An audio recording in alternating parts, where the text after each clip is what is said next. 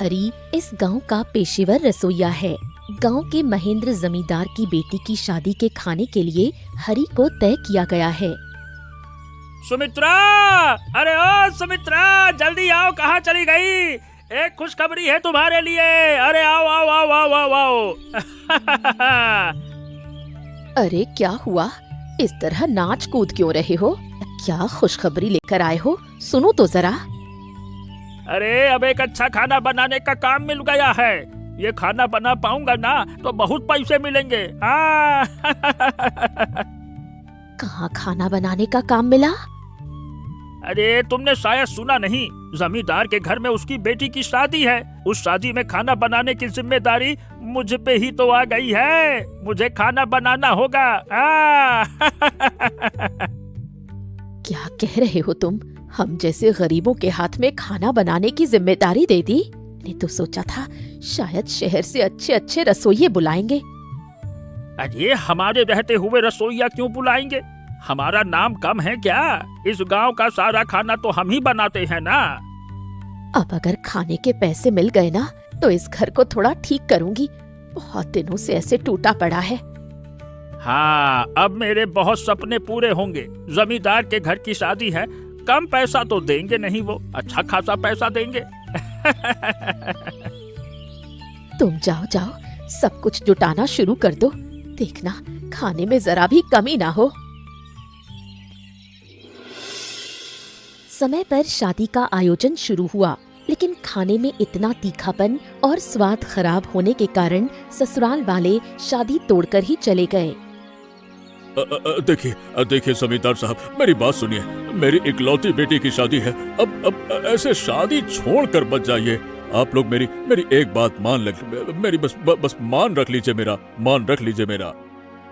अरे क्या बात सुनो तुम्हारी। इतना तीखा खाना, अरे बाप रे बाप। अभी तक मेरा मुंह जल रहा है। आप लोगों ने हमें यहाँ बुलाकर भरी सभा में अपमानित करने के लिए इतना तीखा खाना बनवाया। इसका कोई मतलब होता है क्या? बताइए। है? अरे देखिए, खाने में थोड़ी कमी हो गई, इसका मतलब ये थोड़ी है कि मैं अपमान कर रहा हूँ। ऐसी कोई बात नहीं है। देखिए, आप इस गांव के जमींदार हैं। आप लोगों का खाना पीना ऐसा कैसे हो सकता है? आपके घर की लड़की हम कैसे लें? अब आप ही बताइए। देखिए, ऐसा मत कीजिए, मेरी बेटी की जिंदगी बर्बाद हो जाएगी। मैं गांव का जमींदार हूँ, बेटी की शादी टूट गई तो समाज में मुंह नहीं दिखा पाऊंगा। देखिए, मेरी बात समझिए, उस खाने को हमारी बेटी ने नहीं बनाया था। वो खाना अब गलती हो गई। ऐसे शादी मत तोड़िए, नहीं तो क्या मतलब। अच्छा, आप ये भी तो सोचिए कि मैं यहाँ जो बारात लेकर आया हूँ, जो मेरे मेहमान हैं, मैं उनको क्या मुंह दिखाऊंगा? एक बार भी आपने ये सोचा? मेरी तरफ से समझा आपने? बताइए। अब देखिए, थोड़ी सी गलती तो हो ही गई है। माफी की नजर से देखिए। अब इतने बड़े बड़े आयोजनों में थोड़ी बहुत गलती तो हो जाती है। ऐसे शादी तोड़कर मत जाइए, समझ रहे ना आप? अब मैं क्या कहूँ, ये हलवाई ने गड़बड़ किया है, हमारी बेटी ने थोड़ी ना किया है। मैं कुछ नहीं समझना चाहता। मैं अपनी बेटी की शादी आपके बेटे से नहीं करूंगा। मैं इसी वक्त ये शादी तोड़ रहा हूँ। नहीं तो नहीं, मुझ पर दया कीजिए, मुझे एक मौका दीजिए। ऐसा मत कीजिए। मेरी बेटी का क्या होगा, मेरा क्या होगा, समझिए मेरी बात। ये फालतू की नौटंकी अच्छी नहीं लगती है। जिस घर में पहले ही दिन अतिथि का ऐसा स्वागत हो कि उसके मुंह में मिर्ची भर दी जाए, उस घर की बेटी को घर में कैसे लाऊंगा? मालूम चला रोज मिर्ची खिला रही है। नहीं तो ऐसी बेटी मुझे नहीं चाहिए। वो मुझे सब कुछ अच्छी तरह से समझ में आ गया कि आपकी बेटी कैसी है और आप कैसे हैं। जैसा पेड़ होता है वैसा ही फल होता है।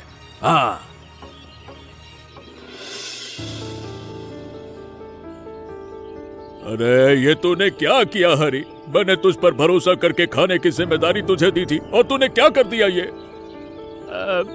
माफ कर दीजिए हुजूर, असल में मैंने तो सब कुछ ठीक ठाक ही बनाया था। खाना बनाने के बाद मैंने चक्कर भी देखा था, ऐसी कोई समस्या नहीं दिखी थी। अच्छा, तो फिर तेरी आंखों के सामने जो घटना घट गई है वो क्या ऐसी है? क्या बता, ऐसी हो गई? अरे खाने में ऐसा क्या डाला था जिससे खाने का स्वाद ऐसा बदल गया? खाना इतना तीखा हो गया कि सामने वाले का मुंह जल गया है? मैं असल में सच में नहीं जानता कि ऐसा कैसे हुआ। मैं सच कह रहा हूँ, मैंने कुछ नहीं किया। फिर से झूठ बोल रहा है। अरे बारातियों का स्वागत हमारे यहाँ मिर्ची से नहीं होता है, मीठे से होता है, मीठे से। बारात वालों का हर आदमी तीखे से पागल हो गया। ऐसा लग रहा उनके मुंह में आग लग गई, किसी ने पूरा एक पैकेट मिर्ची मुंह में डाल दिया हो, ऐसा कह रहे थे लोग। देख हरी, ये तूने बिल्कुल ठीक नहीं किया। मेरी बेटी के जीवन में दाग लग गया, मेरी इज्जत खतरे में आ गई। लोग मुझ पे उंगली उठा रहे हैं सिर्फ और सिर्फ तेरी वजह से।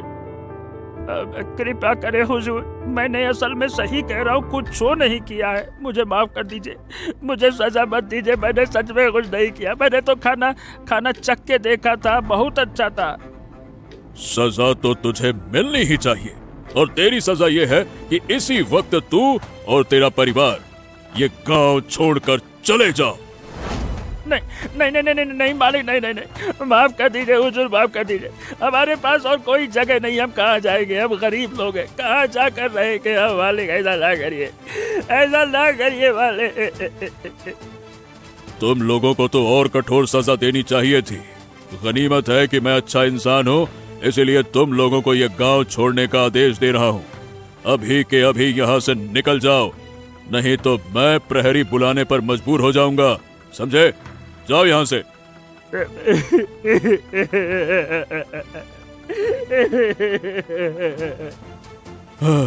हाय रे मेरी बेटी, क्या हो गया ये?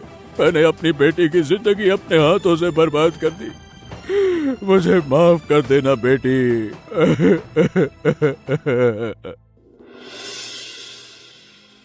अरे क्या रे, तू वही रसोइया है ना जिसने पास के गांव के जमींदार की बेटी की शादी में हादसा कर दिया था? एक कटोरी में एक पैकेट मिर्ची डाल दिया था। क्यों रे, कहाँ से लाया इतनी मिर्ची? हाँ, मैं वही रसोइया हूँ, लेकिन मुझे पहचान कैसे लिया? अरे पहचानूंगा कैसे नहीं, ये घटना तो पूरे 10 गांव में फैल गई है, और मैं तो वही था। जमींदार जी की बारात में क्यों नहीं जाऊंगा? अरे भाई, इसी गांव से तो बारात गई थी। क्या कह रहे हो? इसी गांव से बारात गई थी और मैं यहाँ इसी गांव में आ गया हूँ? और नहीं तो क्या, और मुझे पूरा यकीन है कि तुम्हें तुम्हारे गांव से निकाल दिया गया है ना? इसीलिए इस गांव में आकर शरण लेने की कोशिश कर रहे हो, सही कहा ना? अरे विश्वास करो भैया, मैंने नहीं मिलाया मिर्ची खाने में। बिना बात के ऐसा क्यों हुआ, मुझे खुद ही समझ में नहीं आ रहा। मैं ठहरा एक गरीब इंसान, अब कहाँ जाऊंगा? कहीं न कहीं तो शरण लेना ही पड़ेगा ना। अरे जहाँ भी जाना हो जाओ, इस गांव में तुम्हें जगह नहीं मिलने वाली। क्योंकि इस गांव का जमींदार उस गांव से बहुत नाराज है, और तुम तो सीधे हलवैया हो, जिसने ट्रक भर के खाने में मिर्ची मिलाया था। तुम ही तो हो वो। अरे भैया ये बताओ, इस गांव में कहीं खाना बनाने का काम मिल जाएगा क्या? थोड़ा सा आश्रय और खाना बनाने का काम मिल जाए तो बस। नहीं, अगर तुझे यहाँ किसी गांव वाले ने पहचान लिया, अरे चल छोड़, जमींदार ने ही देख लिया ना, तो तुझे और बड़ी सजा मिलेगी। अरे उसके बेटे की शादी तेरी वजह से बर्बाद हुई है। क्या किस्मत है रे, क्या किस्मत है मेरी। अब मैं कहाँ जाऊँ, कहाँ जाकर रहूँ? अब तो लगता है कि जंगल के अलावा कोई रास्ता ही नहीं है। जाओ, जंगल में चले जाओ, सुरक्षित रह जाओगे। यहाँ इस गांव में इंसानों के बीच रहे ना तो शिकार कर लिए जाओगे। निकल जा, तू अच्छा इंसान है, इसलिए जमींदार को बताऊंगा नहीं। जा, भाग यहाँ से। अरे रे, बहुत तकलीफ हो रही है ना। हाँ, हम ठीक एक आश्रय पा लेंगे, देखना। हमने कोई गलती नहीं की है ना। आश्रय मिलते ही तुम ठीक हो जाओगी। चलो आओ, आराम से। अरे कौन हो तुम लोग, और यहाँ आकर इस तरह से क्यों बैठे हो? तुम लोग कहाँ जाओगे? इस जंगल में कहाँ जा रहे हो? अरे असल में हम लोग हैं बेसहारा, हमारे पास जाने की कोई जगह ही नहीं है, इसीलिए यहाँ इस राह में भटक रहे हैं। क्या करें, मेरी पत्नी बीमार पड़ गई है। अफसोस हुआ तुम्हारी बात जानकर। वैसे देखकर तो लग रहा है कि तुम लोग अच्छे लोग हो। वैसे ऐसी कोई जगह नहीं है जहां तुम जा सकते हो? अगर हो तो चले जाओ वहां, या कहो तो मैं पहुंचा देता हूं। नहीं बाबा, हमारे पास जाने के लिए कोई जगह नहीं है। हमारे गांव से निकाल दिया गया, इसीलिए तो यहाँ आकर बैठे हैं। हैं? तुम लोगों को गांव से निकाल क्यों दिया गया? जरूर तुम लोगों ने कोई गलत काम किया होगा, है ना? ऊपर वाले की दुहाई देकर कह रहा हूँ, हमने कोई बुरा काम नहीं किया है बाबा। हम साधारण मेहनती इंसान हैं। ये देखिए, अब जंगल जंगल घूम रहे हैं, क्या करें। ठीक है, बाकी की बातें बाद में सुनूंगा। अब तुम्हारी पत्नी की हालत देखकर अच्छा नहीं लग रहा। तुम्हारी पत्नी को लेकर मेरे आश्रम चलो, आओ। ठीक है, पर आप हमें आश्रय देंगे क्या? और क्या करूंगा, तुम लोगों को ऐसे बेसहारा हालत में छोड़ तो नहीं सकता ना।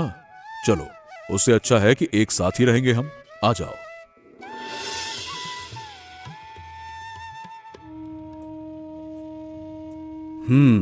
अब बताओ, तुम लोगों के साथ क्या घटना घटी है? तुम लोगों को गांव से क्यों निकाल दिया गया? सारी घटना मुझे खुलकर बताओ। मैं क्या बताऊं?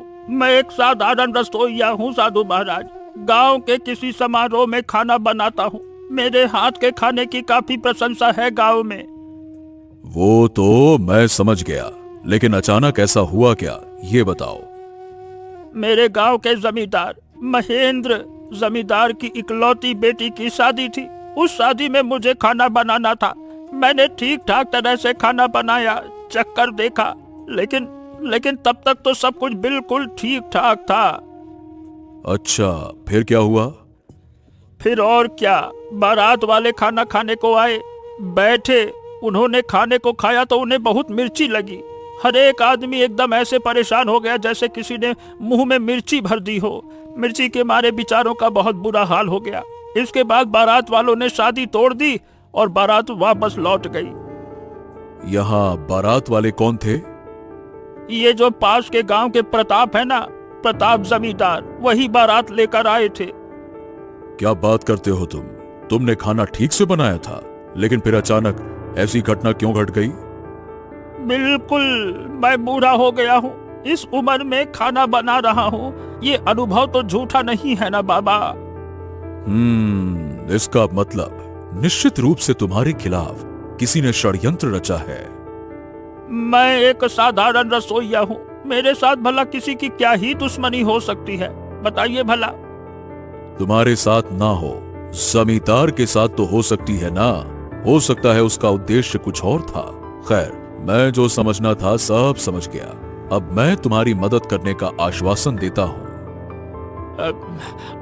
आप मेरी मदद करेंगे? जरूर करूंगा। दो निर्दोष इंसान को इस तरह भुगतते हुए देखना तो मैं नहीं चाहता। मैं तुम लोगों को निर्दोष साबित करके ही छोड़ूंगा, निश्चिंत रहो।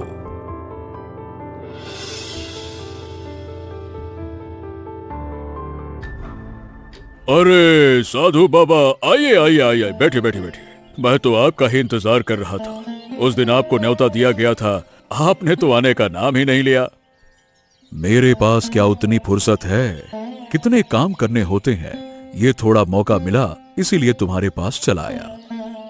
बहुत अच्छा किया आपने, बहुत अच्छा किया। अब आप कुछ दिन मेरे घर में रहिए और आपकी हम सेवा सत्कार करते हैं, है ना? सारी घटना मैं जानता हूं कि तुम्हारे साथ क्या हुआ। तुम्हारे साथ जो घटा वो अत्यंत दुखद घटना है। अरे हाँ बाबा, इसका मैं परिचय करा देता हूँ। ये है सुरेंद्र, मेरा छोटा भाई। मेरी जमींदारी की बहुत सी चीजें यही देखभाल करता है। ओह, तुम्हारा एक छोटा भाई है, ये तो मैं जानता ही नहीं था। कभी तो देखा नहीं इसे। ये असल में सबसे बातें नहीं करता है ना, थोड़ा अकेला रहना पसंद करता है, इसीलिए सबके सामने नहीं आता ऐसे। हाँ, वो ठीक ठाक है। अकेला रहना ही बड़ी अच्छी बात है। कलयुग जरा भी अच्छा नहीं है। वैसे तुम्हारे भाई की शादी वादी कुछ हुई या नहीं हुई? कितने बच्चे हैं उनके? अरे नहीं महाराज, कई बार कोशिश की थी भाई की शादी कराने के लिए, लेकिन मेरा भाई राजी ही नहीं हुआ। बोला ये सब मेरे लिए है ही नहीं, इसीलिए तो उसका संसार, उसका परिवार कुछ बस ही नहीं पाया। समझ गया समझ गया। खैर, तुम्हारे यहाँ आकर बड़ा अच्छा लगा। मैं यहाँ पे कुछ दिन रहूंगा, ठीक है ना? मेरे रहने का इंतजाम कर दो।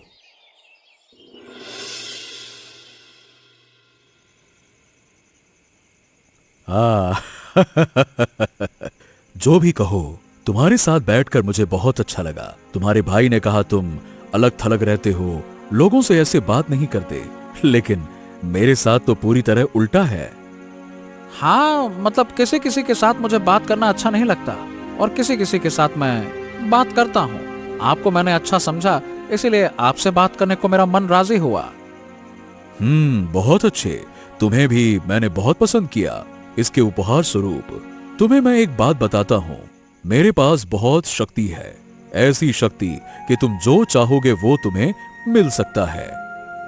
हाँ, आप ये क्या कह रहे हैं बाबा? आप मैं जो चाहूं वो आप मुझे दे सकते हैं? बिल्कुल वैसा ही। यहां तक कि ये पूरी जमींदारी तुम्हारी हो सकती है। तुम बस एक बार मुझसे कहो, बस। नहीं नहीं नहीं, मुझे इस जमींदारी की जरूरत नहीं है। मेरे पास जितना है मैं उतने में ही संतुष्ट हूँ। ये क्या कह रहे हो? मैं जानता हूँ कि इस पूरी जमींदारी को पाने के लोभ में तुमने अब तक संसार नहीं बसाया, है ना?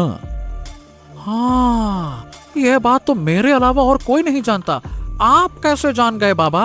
वाह वाह वाह वाह वाह वाह, आपके पास तो सच में बहुत शक्ति है। मैं अपनी अंतर्दृष्टि से सब कुछ अनुभव कर लेता हूँ, इसीलिए तो कहा अगर ऐसी कोई जरूरत हो तो मुझे बताना। इसमें तुम्हारा लाभ, मेरा भी लाभ।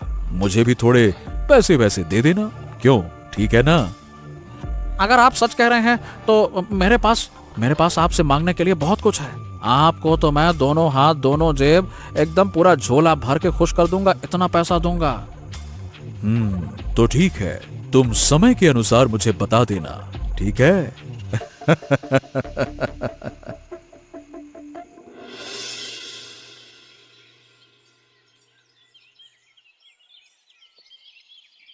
अरे आइए आइए आइए साधु बाबा, मेरा सौभाग्य आप मेरे घर पे आए दर्शन देने के लिए। आइए आइए।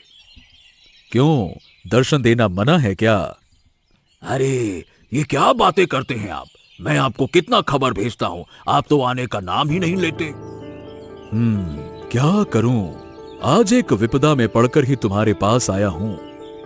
अच्छा, तो बताइए किस विपदा में पड़े हैं बाबा आप बस एक बार बताइए। आपकी सारी विपदा देखने की जिम्मेदारी मेरी, बताइए। जिस विपदा में पड़ा हूं, उस विपदा से तुम मुझे बचा सकोगे या नहीं मैं नहीं जानता, लेकिन तुमसे मैं अनुरोध कर सकता हूं।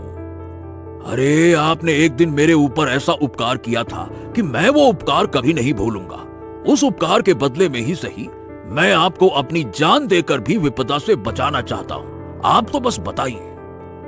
नहीं नहीं नहीं नहीं, तुम्हारी जान देने की जरूरत नहीं है, बस अपने बेटे को दे दो, महेंद्र जमींदार की बेटी के लिए। अरे ये आप क्या कह रहे हैं साधु महाराज? अच्छा, यानी कि जब आप ये बात कह रहे हैं, इसका मतलब कि निश्चित रूप से आप पूरी घटना जानते होंगे। अवश्य, मैं जानता हूं, इसीलिए तो तुम्हारे पास आया हूं। लेकिन एक बात समझ लो, हम जो देखते हैं हमेशा वो सच नहीं हो सकता। अब मैंने तो अपनी आंखों से देखा नहीं साधु बाबा, मैंने खुद अनुभव किया है। मेरी बारात वालों के जितने मेहमान थे ना, सबके सामने मैं अपमानित हुआ हूं, मुंह नीचा हो गया मेरा।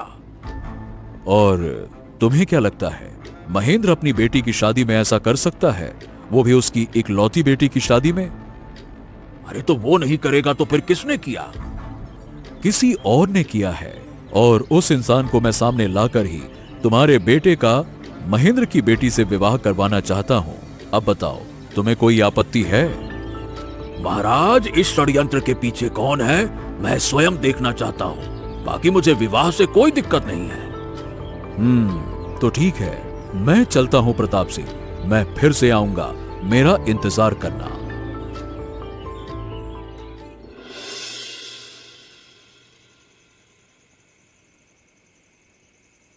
क्या हुआ बाबा, अब बताइए। आप इस तरह से कमरे में घुसकर दरवाजा बंद कर दिया आपने, क्या बात है? महेंद्र, तुमसे मुझे काफी गुप्त बातें करनी है, इसीलिए दरवाजा बंद करने पर मजबूर हूँ। थोड़ा धीरे बात करो। अच्छा, मामला क्या है साधु बाबा? कुछ हुआ है क्या? मुझे बताइए, मैं ठीक कर दूंगा। जो घटना घटी है वो तुम ठीक नहीं कर सकते। उसे ठीक करने के लिए मैं खुद आकर तुम्हारे घर उपस्थित हुआ हूँ। मैं कुछ समझ नहीं पा रहा, आप मुझे खुलकर बताइए ना। सुनो, तुम्हारी बेटी की शादी में जो गड़बड़ हुई है उसके लिए वो साधारण रसोइया कभी जिम्मेदार नहीं हो सकता। वो तो निर्दोष है। मतलब आप ये घटनाएं कैसे जान गए? और अगर वो निर्दोष था तो खाना कैसे खराब हुआ? खाना तुम्हारे भाई ने खराब किया। तुम्हारा भाई तुमसे जलता है, जिसकी वजह से तुम्हारी बेटी की शादी बंद करवाने के लिए ऐसा किया गया। क्या बात करते हैं साधु बाबा आप? वो मेरा इकलौता प्यारा छोटा भाई है, वो मेरे साथ भला ऐसा क्यों करेगा? नहीं नहीं नहीं, वो नहीं कर सकता। जलन कब किसके मन में बसेरा ले लेती है कोई नहीं जान पाता। मैं तुमसे कह रहा हूं, तुम मुझ पर विश्वास तो करो। नहीं नहीं नहीं नहीं, मैं विश्वास नहीं कर पा रहा साधु बाबा। मैं जब तक कोई प्रमाण नहीं पा लेता तब तक मैं विश्वास नहीं करूंगा। ना ना। तो ठीक है, मैं तुम्हें प्रमाण ला दूंगा। चलो मेरे साथ, चलो, आओ चलो।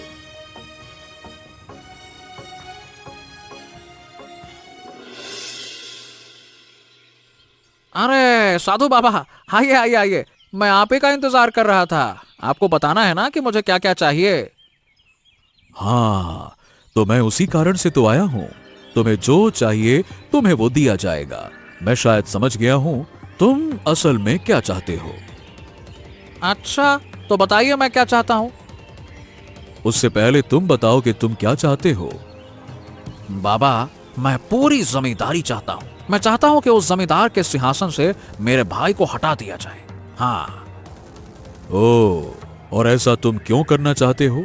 तुम्हें तो जमींदारी का कुछ हिस्सा दे दिया गया है। तो कुछ हिस्सा क्यों नहीं लूंगा मैं? और उतने थोड़े से जमींदारी के हिस्से को लेकर क्या किया जा सकता है? ये तो भीख जैसा है। और इस जमींदारी के लिए मैंने आज तक शादी नहीं की है। तो फिर मैं अगर गलत ना हूं तो शादी का खाना तुमने ही खराब किया था, है ना?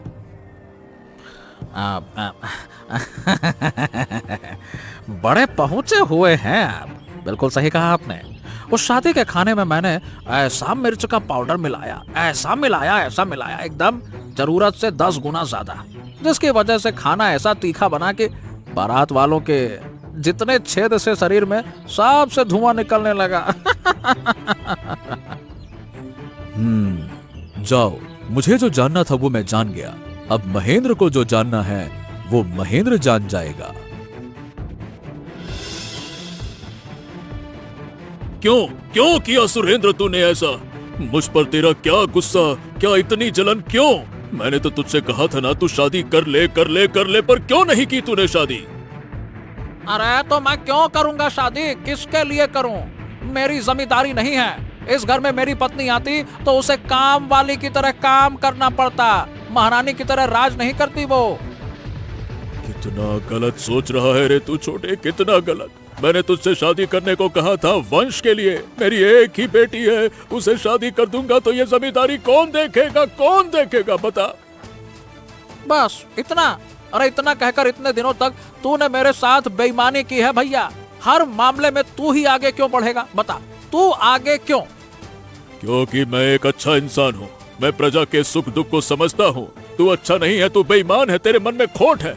अब समझ में आ रहा है, अब मुझे बहुत अच्छे से समझ में आ रहा है कि तू अगर इस गांव का जमींदार होता तो इस गांव के लोगों का कभी भला नहीं होता। हाँ, इस जमींदारी को पाने के लिए मुझे जो जरूरी है मैं वो करूंगा। बस इसी साधु के कारण आज मैं पकड़ा गया, नहीं तो यह जमींदारी मेरी ही होती। साधु बाबा ने जब सब कुछ मुझे खुलकर बताया, मैं भी विश्वास नहीं कर रहा था, लेकिन आज मेरी आंखों से वो काली पट्टी हट गई। तू अब इसी वक्त इस जमींदार के घर को छोड़कर चला जा। आज से तेरा और मेरा कोई रिश्ता नहीं। तू मेरा भाई नहीं, मैं तेरा बड़ा भाई नहीं। सारे रिश्ते नाते खत्म। जा। हाँ, यह काम तूने बिल्कुल अच्छा नहीं किया भैया। मैं लौट कर आऊंगा ही आऊंगा और इस गांव का जमींदार बनूंगा। देख लेना, मैं आऊंगा। इसके बाद साधु हरि और सुमित्रा को फिर से महेंद्र जमींदार के घर वापस ले आता है। हाँ, मुझे माफ कर दो हरि। मैं असल में गलत सोच रहा था। सोचा था तुम्हारे खाने में कोई लापरवाही हुई है। चलिए, आखिरकार इस बुढ़ापे में मैं कम से कम निर्दोष तो साबित हुआ। मेरे इतने सालों की मेहनत सब एक पल में खत्म हो जाती जमींदार साहब। मैं समझ रहा हूँ। छोटी उम्र से इस गांव का खाना तू ही बनाता है। यहाँ तेरा मान सम्मान बहुत बड़ा है। बिल्कुल, आपने खुद अपनी गलती समझ ली। गांव के लोगों ने जान लिया कि मैंने कुछ नहीं किया, बस मेरे लिए यही बहुत कुछ है। हाँ, मुझसे गलती हुई थी, मुझे माफ कर दे हरी। आज से इस जमींदार के घर का सारा खाना बनाने की जिम्मेदारी तेरी और तेरी पत्नी को दे दी मैंने, ठीक है? अरे इतनी बड़ी जिम्मेदारी इस उम्र में क्या हम निभा पाएंगे? अरे हम साधारण रसोइये हैं, गरीब इंसान हैं। अरे क्यों नहीं निभा पाओगे? जरूर निभाओगे। और आज से तुम लोग गरीब गरीब नहीं हो, तुम लोग अब से मृत्यु तक जमींदार के घर में ही रहोगे, हमारे घर में। ये सब कुछ संभव हुआ है साधु बाबा की वजह से। साधु बाबा की जय। जय हो साधु बाबा। आपके प्रति बहुत बहुत कृतज्ञता प्रकट कर रहा हूँ साधु बाबा, बहुत बहुत कृतज्ञता। हाँ, तूने ठीक कहा हरी। ये साधु बाबा न होते तो आज इतना बड़ा षड्यंत्र सामने नहीं आता। मैं असली इंसान को पहचान ही नहीं पाता कभी। पता नहीं और कितना नुकसान होता मेरा। अरे हरी, फिर से वही गोल मिर्च का झोल दिया है। अब पता नहीं फिर किस नदी में नहाना पड़ेगा। चिंता मत करिए बाबू, अब खास तौर पे बनाया है ऐसा गोल मिर्च का झोल, आपको कहीं मिलेगा ही नहीं पूरी दुनिया में। आप खाइए एकदम चटकारे लेकर।